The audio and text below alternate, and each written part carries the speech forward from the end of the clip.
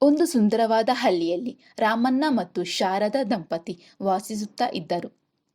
ಅವರಿಗೆ ಅಮೃತ ಎಂಬ 10 ವರ್ಷದ ಸ್ವಂತ ಮಗಳಿದ್ದಳು. 3 ವರ್ಷಗಳ ಹಿಂದೆ ರಾಮಣ್ಣನ ತಂಗಿ ಮತ್ತು ಬಾಬಾ ಅಪಘಾತದಲ್ಲಿ ತೀರಿಕೊಂಡಾಗ ಅವರ ಮಗಳಾದ ರಂಜಿತಳನ್ನು ಇವರೇ ಮನೆಗೆ ಕರೆತಂದು ಸಾಕು ಮಗಳಾಗಿ ಬೆಳೆಸುತ್ತಿದ್ದರು. ಆದರೆ ಶಾರದಳಿಗೆ ರಂಜಿತಾ ತನ್ನ ಮನೆಗೆ ಬಂದದ್ದು ಇಷ್ಟವಿರಲಿಲ್ಲ. ಆಕೆ ಸದಾ ತನ್ನ ಸ್ವಂತ ಮಗಳಾದ ಅಮೃತ ಮತ್ತು ಸಾಕು ಮಗಳಾದ ರಂಜಿತಳ ನಡುವೆ ತಾರತಮ್ಯ ಮಾಡುತ್ತಿದ್ದಳು. ರಂಜಿತಾ ಬೆಳ್ಳಂಬೆಳಿಗ್ಗೆ ಎದ್ದು ಕಸಗುಡಿಸಿ ಅಡುಗೆ ಮನೆಗೆ ಬಂದು ನಿಂತಳು.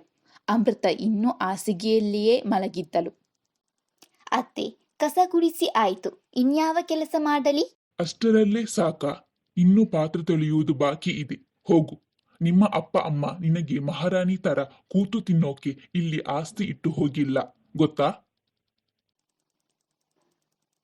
ಇಲ್ಲ ಅತ್ತೆ, ಈಗಲೇ ಮಾಡ್ತೀನಿ. ಅಷ್ಟರಲ್ಲಿ ಅಮೃತ ಕಣ್ಣುಜುತ್ತ ಅಲ್ಲಿಗೆ ಬಂದಳು.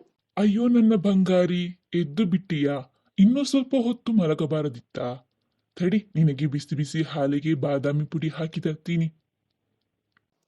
ಅಮ್ಮ, ರಂಜು ಅಕ್ಕನಿಗೆ ಹಾಲು ಇಲ್ಲವಾ?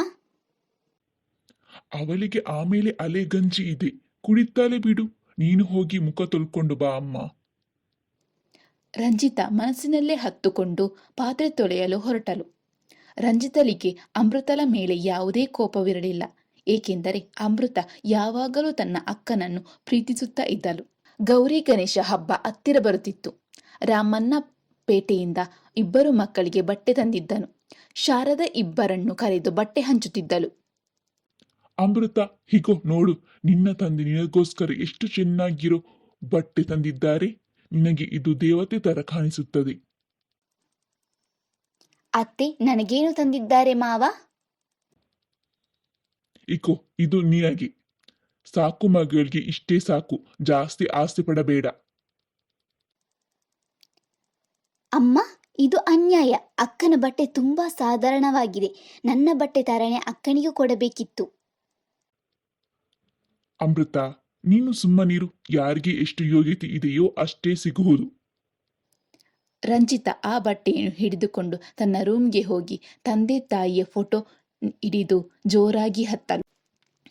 ಒಂದು ರಾತ್ರಿ ಅಲ್ಲಿಯಲ್ಲಿ ವಿಪರೀತ ಮಳೆ ಮತ್ತು ಬಿರುಗಾಳಿ ಇತ್ತು. ರಾಮಣ್ಣ ಕೆಲಸದ ವಿಷಯಕ್ಕೆಂದು ಪಕ್ಕದೂರಿಗೆ ಹೋಗಿದ್ದರಿಂದ ಮನೆಯಲ್ಲಿ ಇರಲಿಲ್ಲ. ಮಧ್ಯರಾತ್ರಿ ಅಮೃತಳಿಗೆ ತೀವ್ರವಾದ ಜ್ವರ ಬಂತು. ಫೀಡ್ಸ್ ಬರಲಾರಂಭಿಸಿತು. ಆಕೆ ಉಸಿರಿಡಲು ಕಷ್ಟಪಡುತ್ತಿದ್ದಳು. ಅಯ್ಯೋ ದೇವರೇ, ನನ್ನ ಮಗಳಿಗೆ ಏನಾಯಿತು? ಯಾರಾದರೂ ಕಾಪಾಡಿ. ರಾಮಣ್ಣ, ನೀವೂ ಇಲ್ಲವಲ್ಲ? ರಂಜಿತಾ ಓಡಿ ಬಂದು ಅಮೃತಳ ಕೈಕಾಲು ಹಿಡಿದು ತಿಕ್ಕುದಿದ್ದಳು. ಅತ್ತೆ, ಅಮೃತಗೆ ಜ್ವರ ಜಾಸ್ತಿ ಆಗುತ್ತಿದೆ. ತಕ್ಷಣ ಡಾಕ್ಟರ್ ಬಳಿ ಕರ್ಕೊಂಡು ಹೋಗಬೇಕು. ಹೊರಗೆ ಇಷ್ಟೊಂದು ಮಳೆ ಇದೆ, ಕರೆಂಟ್ ಇಲ್ಲ, ಫೋನ್ ಕೂಡ ಕೆಲಸ ಮಾಡ್ತಿಲ್ಲ. ನಾನು ಹೇಗೆ ಹೋಗ್ಲಿ? ನೀವು ಅಮೃತಳನ್ನು ನೋಡ್ಕೊಳ್ಳಿ. ನಾನು ಡಾಕ್ಟರ್ ಮನೆಗೆ ಓಡಿ ಹೋಗಿ ಅವರನ್ನ ಕರ್ಕೊಂಡು ಬರ್ತೀನಿ. ಬೇಡ ರಂಜಿತಾ, ಹೊರಗೆ ಕತ್ತಲೆ ಇದೆ, ಪ್ರವಾಹ ಬಂದಿದೆ. ನನ್ನ ತಂಗಿ ಜೀವಕ್ಕಿಂತ ನನಗೇನು ಮುಖ್ಯವಲ್ಲ ಅತ್ತೆ. ರಂಜಿತಾ ತನ್ನ ಪ್ರಾಣದ ಹಂಗು ತೊರೆದು ಆ ಕತ್ತಲಲ್ಲಿ ಸುರಿಯುವ ಮಳೆಯಲ್ಲಿ 2 ಕಿಲೋಮೀಟರ್ ದೂರದಲ್ಲಿದ್ದ ಡಾಕ್ಟರ್ ಮನೆಗೆ ಓಡಿದಳು. ದಾರಿಯಲ್ಲಿ ಬಿದ್ದು ಆಕೆಯ ಕಾಲು ಗಾಯವಾದರೂ ಛಲಬಿಡದೆ ಡಾಕ್ಟರ್ ಅನ್ನು ಮನೆಗೆ ಕರೆತಂದಳು. ಡಾಕ್ಟರ್ ಅಮೃತಳಿಗೆ ಇಂಜೆಕ್ಷನ್ ನೀಡಿ ಆಕೆಯನ್ನು ಪ್ರಾಣ ಅಪಾಯದಿಂದ ಪಾರು ಮಾಡಿದರು. ಶಾರದಮ್ಮ, ಇನ್ನೊಂದು 10 ನಿಮಿಷ ತಡ ಆಗಿದ್ರೂ ಮಗುವನ್ನು ಉಳಿಸುವುದು ಕಷ್ಟಕರವಾಗುತ್ತಿತ್ತು. ನಿಮ್ಮ ದೊಡ್ಡ ಮಗಳು ರಂಜಿತಾ ಸಮಯಕ್ಕೆ ಸರಿಯಾಗಿ ಬಂದು ನನ್ನನ್ನು ಕರೆದುಕೊಂಡು ಬಂದಿದ್ದಕ್ಕೆ ನಿಮ್ಮ ಮಗಳು ಇವತ್ತು ಜೀವಂತವಾಗಿದ್ದಾಳೆ. ಡಾಕ್ಟರ್ ಹೊರಟು ಹೋದರು. ಶಾರದಾ ಬೆಡ್ರೂಮಿನ ಕಡೆ ನೋಡಿದಳು. ಅಲ್ಲಿ ರಂಜಿತಳ ಕಾಲಿಗೆ ಪೆಟ್ಟಾಗಿ ರಕ್ತ ಬರುತ್ತಿದ್ದರೂ ಆಕೆ ಅದನ್ನು ಲೆಕ್ಕಿಸದೆ ಅಮೃತಳ ತಲೆ ಸವರುತ್ತಾ ಕೂತಿದ್ದಳು. ಅಮೃತ ಕಣ್ಣು ಬಿಟ್ಟು, ಅಕ್ಕ, ನನ್ನ ಕಾಪಾಡಿದ್ದು ನೀನಾ? ಥ್ಯಾಂಕ್ಸ್ ಅಕ್ಕ. ನೀನು ನನ್ನ ಮುದ್ದು ತಂಗಿ ಕಣೆ. ನಿನಗೇನು ಆಗೋಕೆ ನಾನು ಬಿಡಲ್ಲ. ಇಬ್ಬರ ಪ್ರೀತಿಯನ್ನು ನೋಡಿದ ಶಾರದಳಿಗೆ ತನ್ನ ಸ್ವಾರ್ಥ ಮತ್ತು ಕ್ರೂರತನ ಅರಿವಾಯಿತು. ತಾನು ಇಷ್ಟು ದಿನ ಕಡೆಗಣಿಸಿದ ಸಾಕು ಮಗಳು ಎಂದೂ ದೋಷಿಸದ ಹುಡುಗಿ ಇಂದು ತನ್ನ ಮಗಳ ಪ್ರಾಣವನ್ನು ಉಳಿಸಿದ್ದಾಳೆ.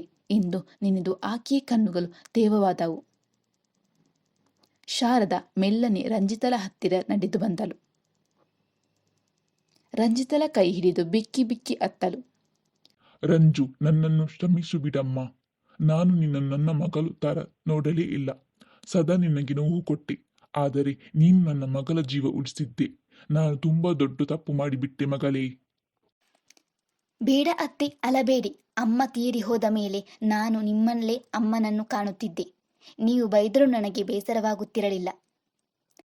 ಇನ್ಮೇಲೆ ನನ್ನನ್ನು ಅತ್ತೆ ಅಂತ ಕರೆಯಬೇಡ ರಂಜು, ಅಮ್ಮ ಅಂತ ಕರಿ. ಇವತ್ತಿನಿಂದ ನೀನು ನನಗೆ ಸಾಕು ಮಗಳಲ್ಲ, ನನ್ನ ಹಿರಿಯ ಮಗಳು. ಶಾರದಾ ಇಬ್ಬರು ಮಕ್ಕಳನ್ನು ತನ್ನ ಎರಡು ಕೈಗಳಿಂದ ಗಟ್ಟಿಯಾಗಿ ಹಪ್ಪಿಕೊಂಡರು. ಆ ಮನೆಯಲ್ಲಿದ್ದ ತಾರತಮ್ಯದ ಕತ್ತಲೆ ಕರಗಿ ಪ್ರೀತಿಯ ಬೆಳಕು ಮೂಡಿತು.